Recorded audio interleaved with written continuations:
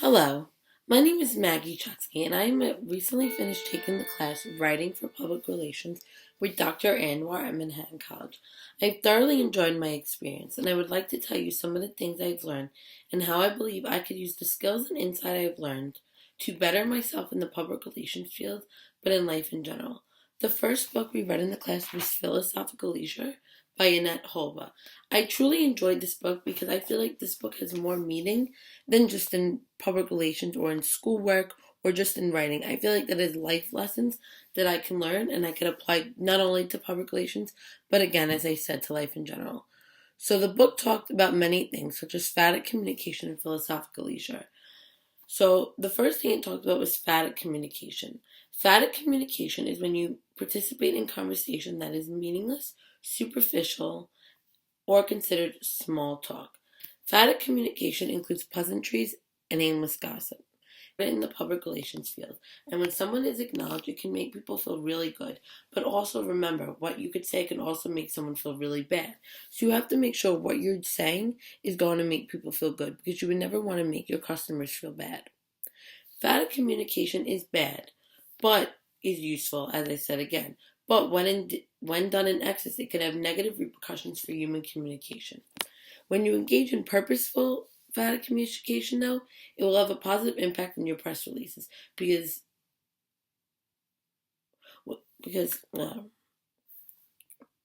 okay, let me go again. Phatic communication is bad when it's done in excess, but it could be purposeful in public relations. So you have to make sure when it's too much, because when it is too much, it could have negative repercussions for human communication. When you engage in purposeful phatic communication, though, it will again have a positive impact. But you really shouldn't use it too much because you want your work to be thought provoking and stimulating. When you hone in on your intellectuality, you could participate in communication in a deeper level, which really resonates with your audience and in the long run will end up working out better for your brand. The second book we read was called Everybody Writes. I thoroughly enjoyed this book because I feel like it gave me tips on how to be a better writer. As someone who does not think they're a good writer, I feel like this book really helped me, giving me good little short tips and tricks that I could use to easily improve my writing, especially when it comes to the public relations field, since much of our work has to do with writing. So some of the singular tips that I've learned that I feel really stood out to me were how to write a proper email, how to have a good LinkedIn page that doesn't include cliche things.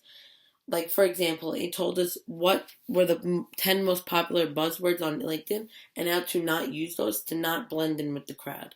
It also said how to have a good Facebook page, a good Twitter page, and the proper use of hashtags, which in this day and age is really important. So I really like that it included things that have to go in modern technology.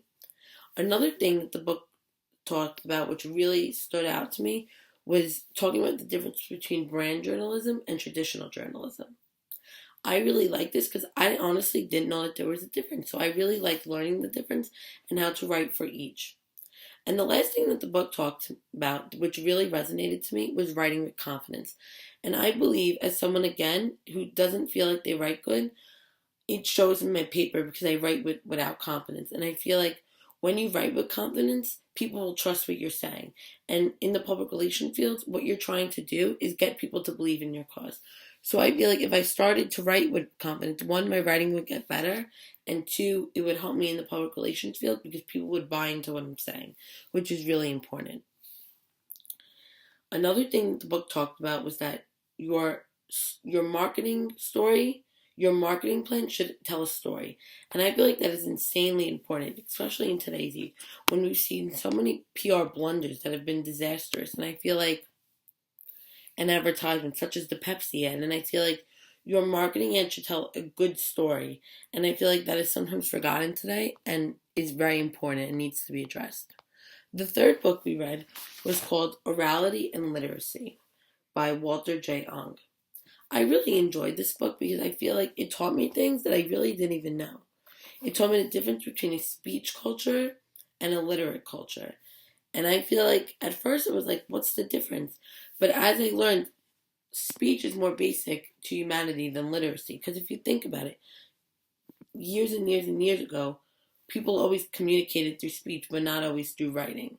And I feel like the book talked about the difference and how important public speaking is, and memorization and your speaking skills. The book also talked about how important invention, arrangement, memory, style, and delivery are, which I didn't know. So I really enjoyed learning because I feel like this book would help me not only in public relations, but again in writing in general. And I thoroughly enjoyed reading this book, and I like the author's style of writing. And the last book we read was Public Relations Writing Work Text, and it's by Joseph M. Zappel and Ann R. Carden. I really enjoyed this book because, unlike the other books, which gave you tips on writing and more big picture stuff, this gave you nitty gritty. How big should your font be in a press release? Where the date stamp should be on your blog post? How to cite for a backgrounder. And I feel like this book more directly goes to what we're going to be doing in the real world. Not that the other books don't, but I feel like the other books set the foundation, and this was the stuff that goes along with it. So basically, we did assignments through this book that would mirror things that we'd actually have to do in the real world. Some of the assignments we did were blog posts, backgrounders, infographics, PR ads, newsletter articles, and news releases. I really enjoyed doing the projects, and they didn't feel like homework for me, which I think is good. So one of the assignments we did was a blog post, and it was a travel blog post, and I did mine on Miami. And basically, the premise for my blog post was common travel myths debunked. So, for example, I wrote, Miami's too expensive, false, and wrote, no, you could get a hotel for X amount of dollars. Another one was, all there is to do in Miami is party, and I wrote false. And I listed national parks, wildlife preserves, shopping to do, and other stuff like that. And I really enjoyed doing this because I felt like I could be creative, one, when picking the topic, and two, with how, what kind of content was posted on the blog, and the fonts, the colors, the pictures, and I really enjoyed letting my creative side come out. The next project we did was a backgrounder, and it was on Andy Puchner. I really enjoyed doing research and learning more about people, so I really enjoyed doing the project because you really get to go in depth on who Andy Puchner is, what he does for his current organization, and what he's done in the past, such as he worked at ABC, he worked at Disney, he did security, he worked at another alcohol prevention program, which linked to his new alcohol prevention program. And I really enjoyed doing that and hope that in the future I get to do more backgrounders. The next thing we did was an infographic, and this was by far my favorite project. I love doing the infographic. I'd make them for fun if I could. With the infographic, I did mine on National Frappuccino Day, and I really enjoyed letting my creative side come out when picking colors, fonts, content, and playing with the photos, how it looked. I really thoroughly enjoyed it and hope that I can do them again. Another project we did was a PR ad, and a PR ad for the company Lexus. And I basically did a live in the moment, don't text and drive, which basically meant for me was live in the present. If you're driving, drive. Be present in what you are, and don't be so worried about your phone or other technology or people around you, which is so common these days, but to really just stay in the moment, do what you're doing at one time, and later do technology, because it could really save someone's life. I really enjoyed doing that PR ad because I felt like if I was actually working for the company Lexus, I felt like it was, I felt like my PR ad had a purpose and could possibly save lives, and I really enjoyed doing that. The next thing we did was a newsletter, and I did our newsletter for the local PRSSA chapter from Manhattan College. I really enjoyed doing the newsletter because I got to interview my friend and fellow classmate, Isabel Batten, and I really enjoyed learning her experience with PRSSA and what PRSSA has given to her in terms of skills, knowledge, connections, even friendships that didn't have to do with public relations. And just by interviewing her, I really decided that I should join PRSSA because of her interview, which was so compelling and interesting, and I learned things I completely didn't know about PRSSA and her in general.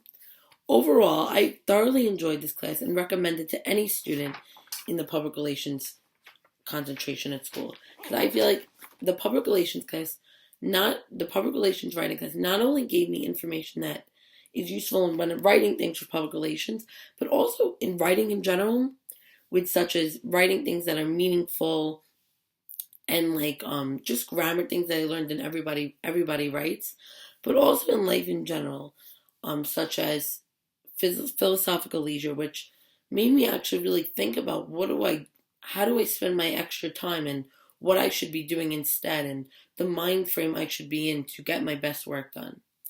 Overall, I just really enjoyed the class and I'm thankful that I was able to take it.